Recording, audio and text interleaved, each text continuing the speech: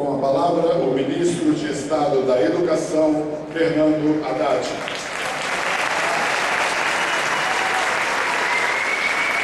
Senhores delegados, senhoras delegadas, é uma satisfação recebê-los em Brasília para essa que é a maior conferência nacional de educação da história do nosso país. Bem-vindo a todos, sintam-se em casa. Gostaria de cumprimentar o ministro Juca Ferreira, o ministro Samuel Pinheiro Guimarães, o ministro interino Antônio Roberto Lambertucci, representando aqui nosso querido ministro Dulce, senadora Fátima Cleide, Deli Salvati, Valdir Raupp, os deputados Ângelo Vagnoni, Carlos Augusto Abicalil, Fátima Bezerra, Maria Raupp, Paulo Rubens Santiago, Pedro Wilson, Wilson Pittler.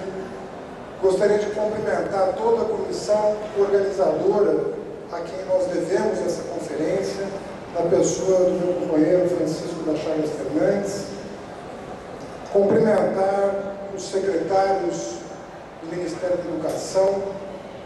Encontrei a Maria do Pilar, Maria Paula Galari, Cláudia Dutra, André Lázaro, Henrique Paim, os presidentes de autarquia, professor Jorge Guimarães da CAPES, não sei se Daniel Balaban e Joaquim Neto do FNDE e do INEP encontram-se presentes.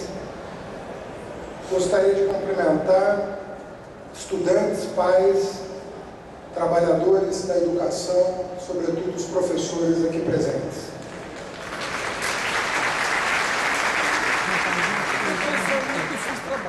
Eu, antes de mais nada, eu gostaria de fazer um brevíssimo balanço da nossa atuação junto ao Ministério da Educação, e digo brevíssimo porque o mais importante aqui é apontar as perspectivas da educação brasileira para a próxima década.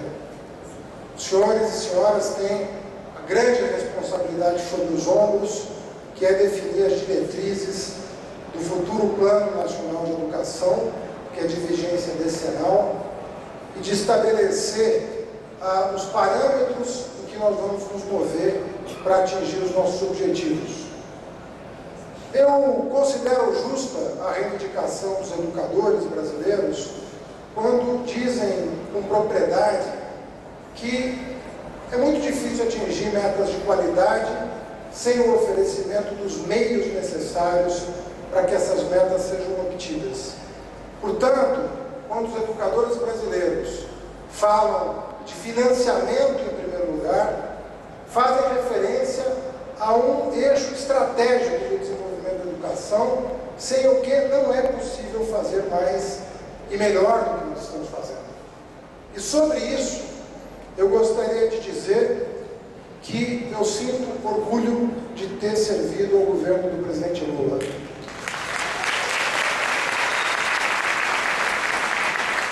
Sinto orgulho por várias razões e falo apenas de financiamento.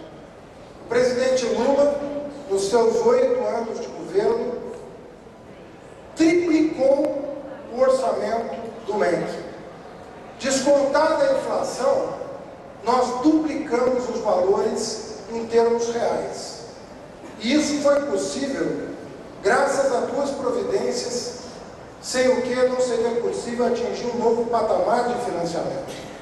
A primeira delas, a aprovação da emenda constitucional que criou o Fundeb.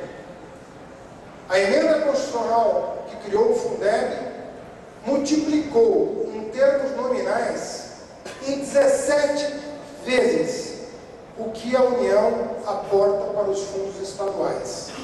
Em 2002, essa complementação foi de 431 milhões de reais.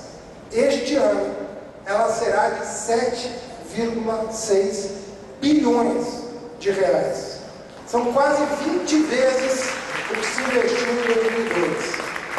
Isso permite resolver um dos mais dramáticos problemas da educação brasileira. Em 2002, o estudante do Maranhão recebia metade do que o estudante do Paraná recebia para a sua educação por meio do antigo Fundef. Pois este ano, o estudante do Maranhão vai receber, em termos de investimento, 90% do que vai receber o estudante do Paraná. Isso significa dizer que o avanço foi extremamente importante, mas significa também dizer que nós ainda temos espaço para melhorar esse indicador e fazer com que o brasileiro, não importa o local de nascimento, tenha a mesma atenção do poder público, seja no interior do Piauí, no interior do Maranhão ou nas cidades mais ricas do país. O investimento não pode ser correlacionado com o local de nascimento, mas com o direito subjetivo à educação de qualidade. O Fundeb também tem a sua importância, porque é ele que viabiliza o piso nacional do magistério, professor Chagas. Sem o Fundeb, seria impossível as prefeituras mais modestas desse país honrar um piso que, ainda que aprovado, está aquém das necessidades do professor brasileiro. O Fundeb, ao equalizar as oportunidades educacionais, ele permite aos municípios mais pobres pagar aquele mínimo fixado em lei. Mas nós também temos que dizer, nesta conferência, com todas as letras, se há espaço para avançar no que diz respeito ao investimento por aluno do ponto de vista regional, também nós teremos que avançar no que diz respeito ao piso nacional do magistério, pelo menos em dois sentidos. Em primeiro lugar, reconhecer que só o piso não atende às necessidades da categoria. Nós temos que aprovar no Congresso Nacional as diretrizes nacionais de carreira.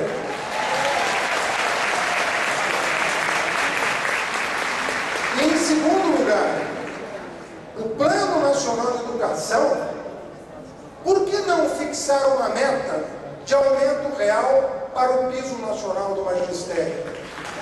Por que as metas só fazem recair sobre os professores mais responsabilidade, mas o poder público não se compromete com mais valorização, com mais atendimento? Vejam, senhores delegados, que quando o presidente Lula tomou posse, a distância que separava um docente de um não docente era de 86% a favor do não docente. O trabalhador não docente ganhava, em média, 86% a mais do que um docente.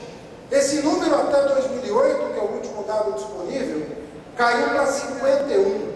Mas eu pergunto, não seria o caso, senadora Fátima Cleide, de zerar essa diferença e dizer de uma vez por todas para a juventude: venha ser professor, a sua vocação está assegurada. Não é um gesto simbólico que o país pode assumir perante a nação, dizer que o professor não vai ganhar menos do que os demais profissionais de nível superior? Por que não incluir essa meta no futuro Plano Nacional de Educação? Nós fomos mais longe. Você se lembra, Chagas, o argumento que foi utilizado para vetar o dispositivo do PNE que fixava o investimento mínimo como proporção do PIB em educação? O argumento era de que o dispositivo do PNE afrontaria a lei de responsabilidade fiscal. Muito bem, isso nos amarrou. Por muitos anos, isso nos amarrou.